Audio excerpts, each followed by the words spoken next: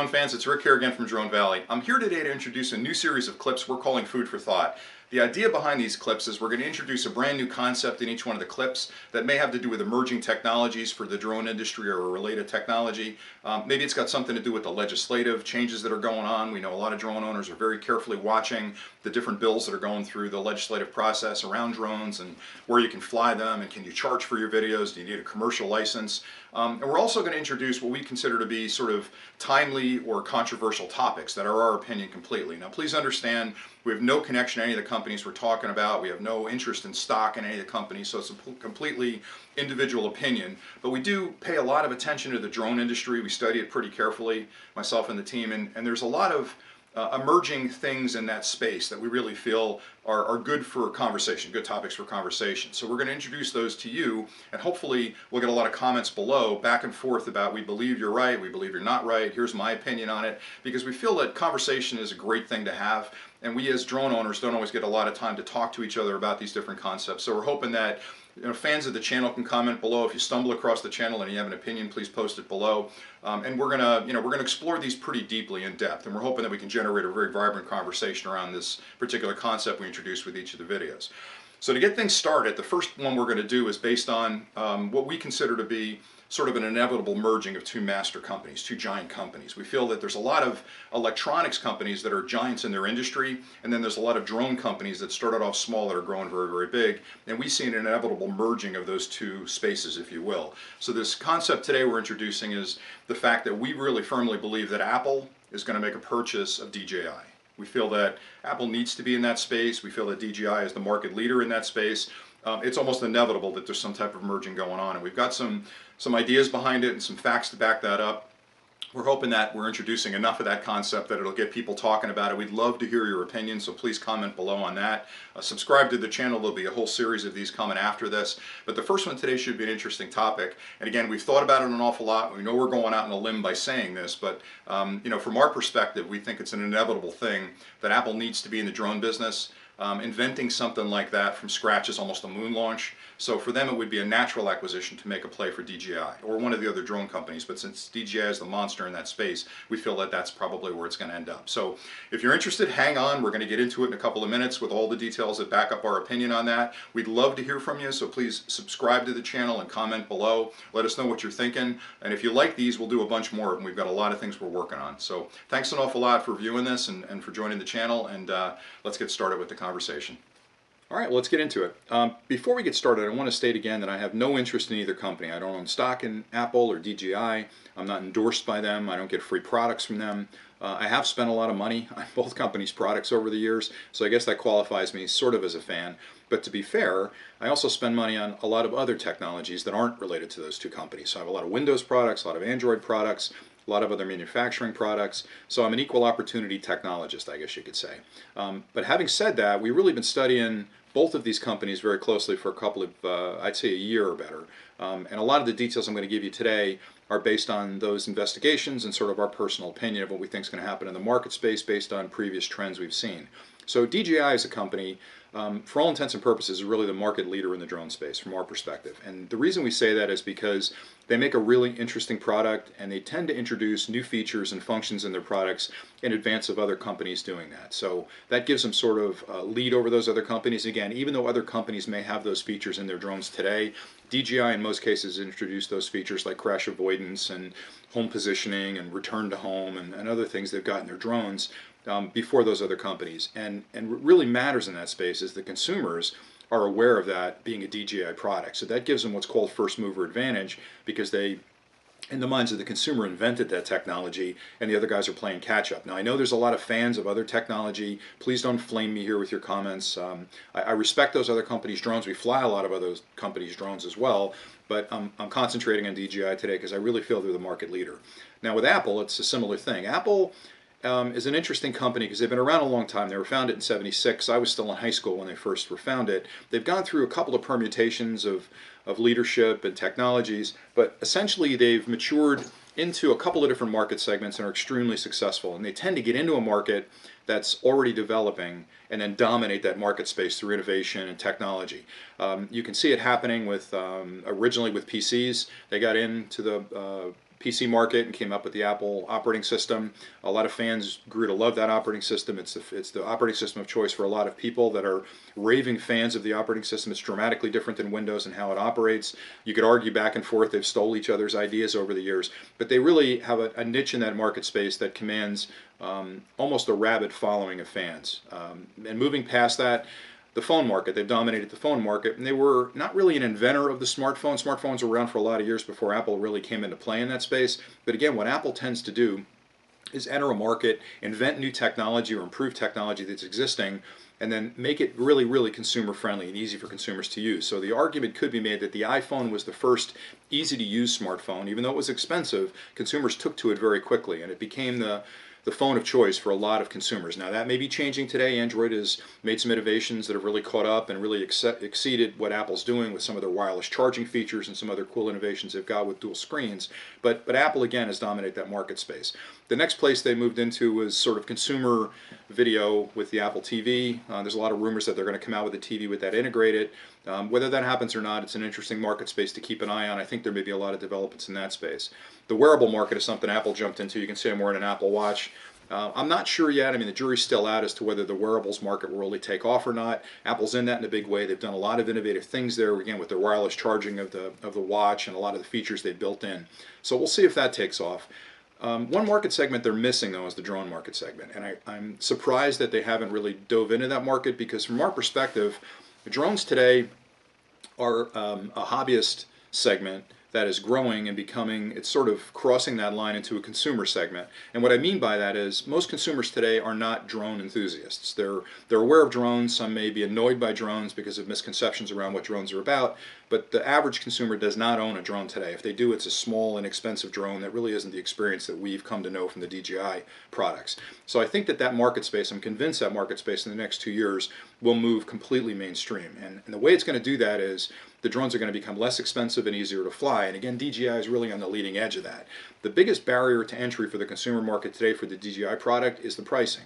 Most consumers today look at a $500 investment, which is really the cheapest DJI you can buy, as a major investment. It's the cost of a camera. And if they're not going to use it every day like a camera or a cell phone, it's a very expensive toy in a lot of ways for them. So I think the one entry to consumer space that has to be broken down is the price point. I think that's going to happen. I think with competition, innovation, larger production runs, I think DJI and other companies are going to get the drones down to a very inexpensive model. It may not be as sophisticated, certainly with a 4K camera and crash avoidance and all the other things, but I wouldn't be surprised at all if 2 years from now, drones are down to that $99, $95 market space. And there are some that are there today, but they're very, very simple drones. I'm talking about a more sophisticated drone with a camera and a lot of other features. So if that happens, they'll be mass market. Apple, I'm sure, is tracking that, and Apple wants to be in that space in a big way. So I think Apple is really looking for a way to get into that market space quickly and to be a market mover and a first mover advantage, like I mentioned before, in that space. So this marriage between those two companies is almost a natural conclusion that they've got to either invent something very quickly. They may be working in the Apple labs around a product today, but if they don't invent something, the next logical move for them is an acquisition of a company, and who better to buy than DJI? They're really a market leader, so this could be an Apple logo on here in very short order. So let me do some comparisons between the products. So if you're an Apple fan up till now, this new model, the DJI P4, the Phantom 4, really has a very Apple-like appearance to it. I mean, it's got a very shiny surface on the top, which is an Apple kind of a model. It's got streamlined motors. The motors are a little more attractive cosmetically. It's got a 4K camera built in. Apple's big in camera technology again, so there's an overlap there between the two companies. Even the peripherals that come with it, like for example the power supply. If you looked at the last generation of power supplies from DJI, the Phantom 3 was just a basic brick, a black, nothing fancy brick that's a commercial power supply that was available. It didn't put a lot of thought into it. It did a good job of charging the battery and charging the controller, but nothing really special. If you look at the new power supply, it's got a very Apple-like appearance to it. It's got rounded corners, really slick white covering on the top of it. So cosmetically, they're heading in that direction. I don't know if that was by accident or by design. I know there's been a lot of conversations back and forth between Apple. Obviously, DJI now is in their stores as the preeminent Apple drone, if you will, that they released. But some other changes are interesting as well, like the connector on this. If you remember, the P3 was a standard connector that slid on the end of the battery compartment. The new one, curiously enough, is a connector that fits in bidirectionally. So you can use it in either direction. There's no wrong way to put it in. if you remember, the Apple product, the Lightning cable, is exactly the same kind of design. So whether it's just by chance that they've decided to do that, or it was really a design decision, that little feature change right there was interesting to me, because it is a very Apple-like feature to have the ability to put a connector in back and forth. Even in the Android market space today that use micro USB chargers, there is a polarization to that. It has to go in a certain way. Apple's the only one that has a charging connector you can use both directions. So just something to give some thought to. In addition to that, Apple, again, is a company that is all about innovation. They can't ignore the fact that this market space is exploding. They have to be talking about it at some level of either getting into it on their own or buying a company. So I think that the compelling argument for purchasing DJI is they immediately have a drone that they could add some cool technology to, maybe make it flying from a wearable, or build in some of the Apple specific features that they built into some of their smartphones, and really make this drone a better drone than it is today by making an Apple drone. So let's talk briefly about the two companies, because it's important to understand the size of these two companies and how easy an acquisition would be for Apple. So out of the gate, Apple is a gigantic company. They've been around since '76, like I mentioned. They're headquartered in Cupertino, California. About 100, give or take, about 110,000 employees worldwide, about $235 billion in revenue as of this taping. By comparison, DJI is a tiny company. They're based in China.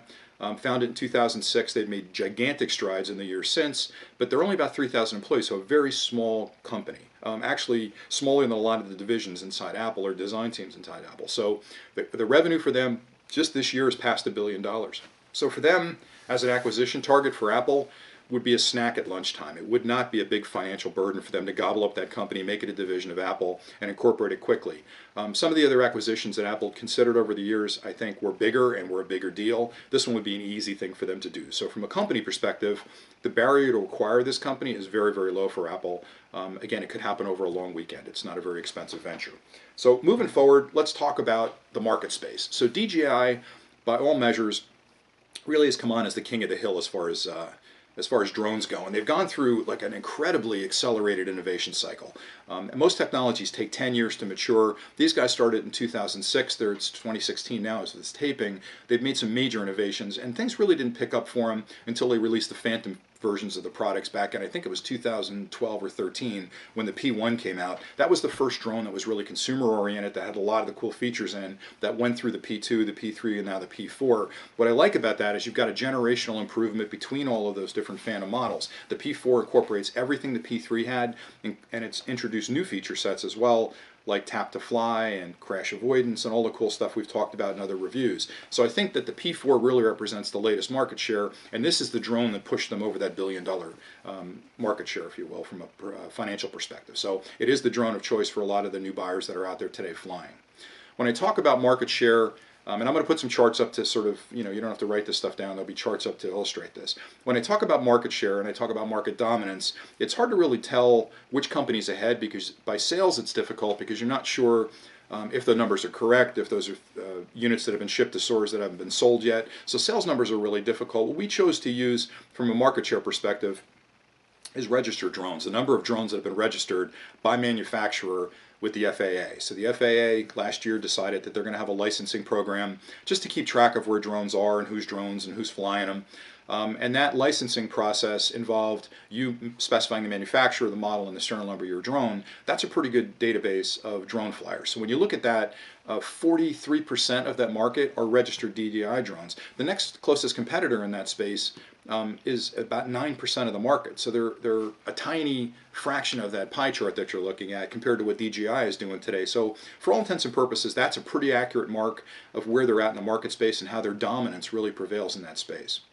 So let's talk a little bit more about some of the concepts between the two companies and why we really feel that Apple's going to make this move. So Apple as a company really caters to the high-end market space. So they're a company that looks for market segments that there's disposable income, that are high profit, that are sort of not have to have products, but nice to have products. The drone fits all of those. It ticks all those boxes. So the drones today, again, DJI manufactures them, sells them at we feel a reasonable price. There's got to be a huge market, profit margin in that market. So I think that Apple could look at that, and it fits very well into their portfolio of having a product that has high potential for profit, that caters to sort of a higher end market, which a lot of their customers today are buying. So when you buy a Mac or you buy an iPhone, you're not buying a cheap product there. You're not even buying a competitively priced product there in most cases. When you compare it against other products that are similar, whether it be Android or Windows, you can probably find an Android phone or a Windows phone that would do the same as an iPhone for less money. But people are willing to pay extra money for Apple products. Perfect space for this drone to fit into for them.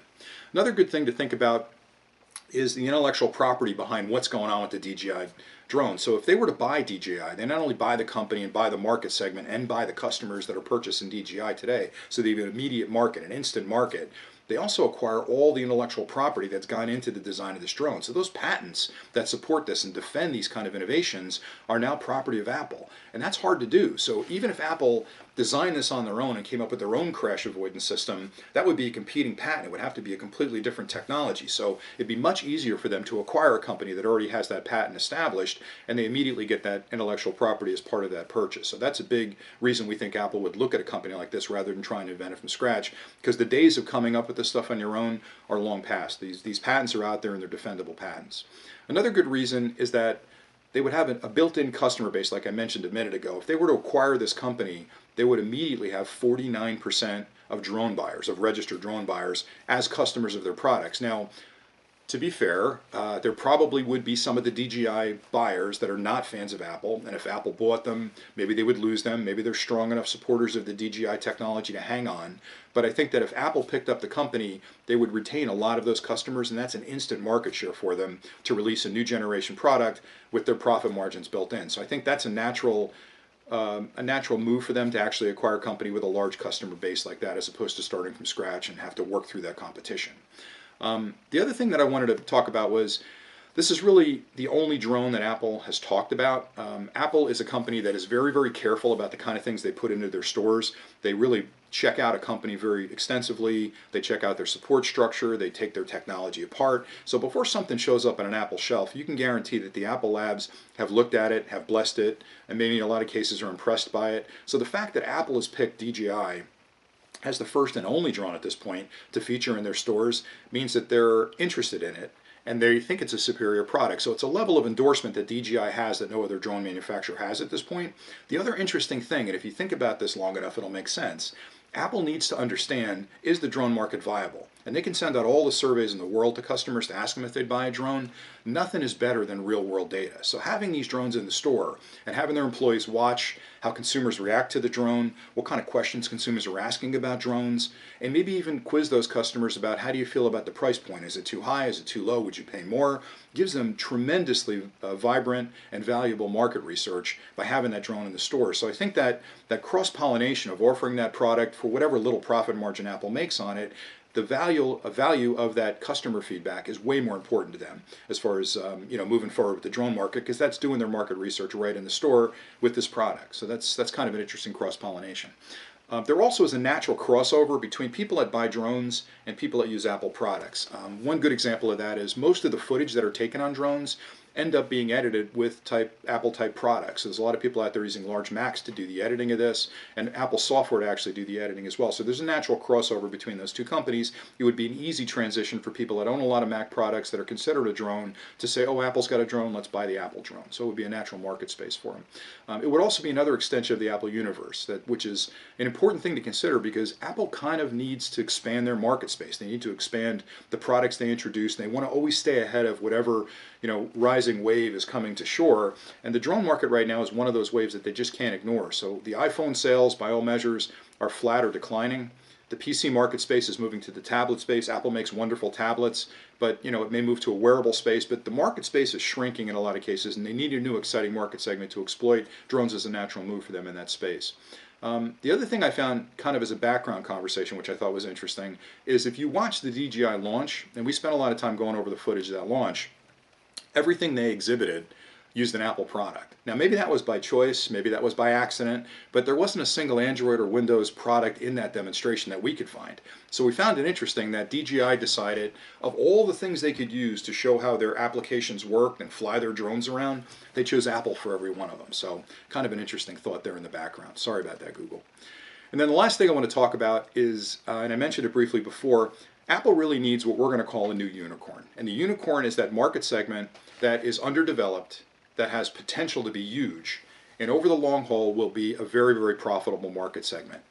I can't point to this strongly enough as being that market segment for them. These drones are not going away.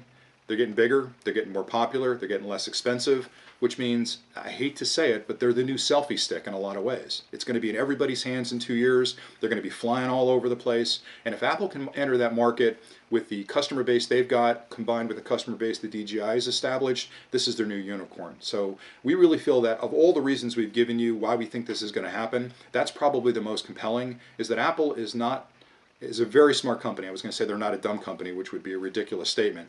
They're a very smart company, and they've got market research people looking at any new technology that hits the street, whether it be smart thermostats or wearables or whatever it happens to be, levitating skateboards, whatever it happens to be, Apple's looking at it. They can't ignore this market segment. So either in the next 12 months, they're going to release a drone they've been working on behind the scenes in the Apple labs, or they're going to acquire a company.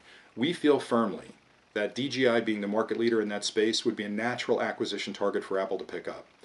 And again, we really value your opinions, so if you've got opinions on this, please hit us on the site, leave them below, subscribe to the channel. We'd love to hear both agreeing and opposing viewpoints with what we've put forward here today, but we think it would be a good move if they did make the acquisition. We love both companies, but we think it's probably inevitable that Apple's going to have to make that move soon, and we believe DJI is a great acquisition target for them. So again, hope this has been helpful. Please subscribe to the channel if you haven't already, and leave your comments below. Thanks again for watching.